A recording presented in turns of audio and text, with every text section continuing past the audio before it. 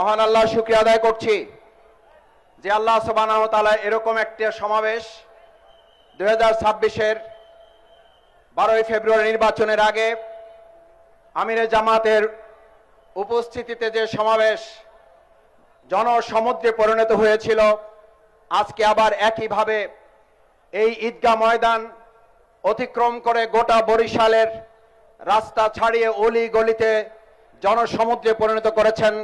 আল্লাহর দরবারে শুকরিয়া আদায় করি, আলহামদুলিল্লাহ।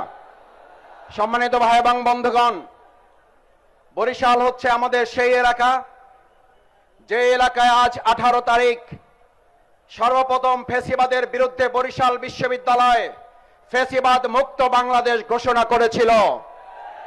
বরিশাল হচ্ছে সেই বরিশাল যেই বরিশাল থেকে আমাদের প্রিয় মাতৃভূমি বাংলাদেশকে ফ্যাসিবাদ মুক্ত করার জন্য এখানকার তরুণ দামাল ছেলেরা জীবন বাজি রেখে বলেছিল, বরিশাল যেহেতু ফ্যাসিবাদ মুক্ত হয়েছে, বাংলাদেশও ফ্যাসিবাদ মুক্ত হতে বাধ্য। সেই বরিশালে আজকে সমাবেশে আমরা সেই তরুণ যোদ্ধা এবং জুলাই যোদ্ধা শহীদদেরকে স্মরণ করছি। আল্লাহ তাদেরকে জান্নাত নসিব করুন এবং আহত পঙ্গুদেরকে সুস্থতা দান করুন। সংগ্রামী ভাই এবং বন্ধুগণ, 17 বছর ফ্যাসিবাদ আমাদেরকে শুনিয়েছিল উন্নয়ন এবং উন্নয়ন, আমাদের মাথা থেকে নির্বাচনকে সরিয়ে দিয়েছিল। অন্তর্বর্তীকালীন সরকারের সময় আমরা একটা দলকে দেখলাম, বিএনপি আমাদের মাথায় এসে ঢুকিয়ে দিল নির্বাচন এবং নির্বাচন বিচার এবং সংস্কার আমাদের মাথা থেকে সরিয়ে দিল। আমরা একটা কথা বর্তমান সরকারকে জানতে চাই, যদি জুলাইয়ের উপরে ভিত্তি করে এই সরকার প্রতিষ্ঠিত হয়, তাহলে এখনো পর্যন্ত শেখ হাসিনাকে বিচার করার জন্য বাংলাদেশে আমরা তাকে ফেরত আনতে পারলাম না কেন? এই ব্যর্থতার দায় বর্তমান সরকারকে নিতে হবে।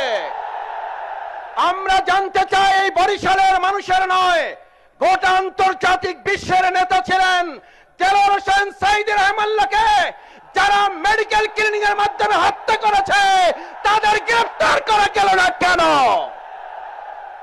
আমরা জানতে চাই, তরুণ প্রজন্মের প্রিয় নেতা শরীফ ওসমান হাদির আসামিদেরকে এখনো ভারত থেকে বাংলাদেশে নিয়ে আসতে পারলাম না কেন?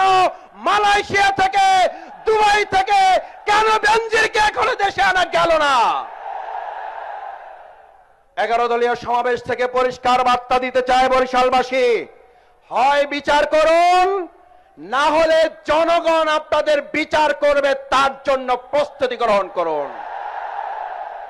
কথা পরিষ্কার।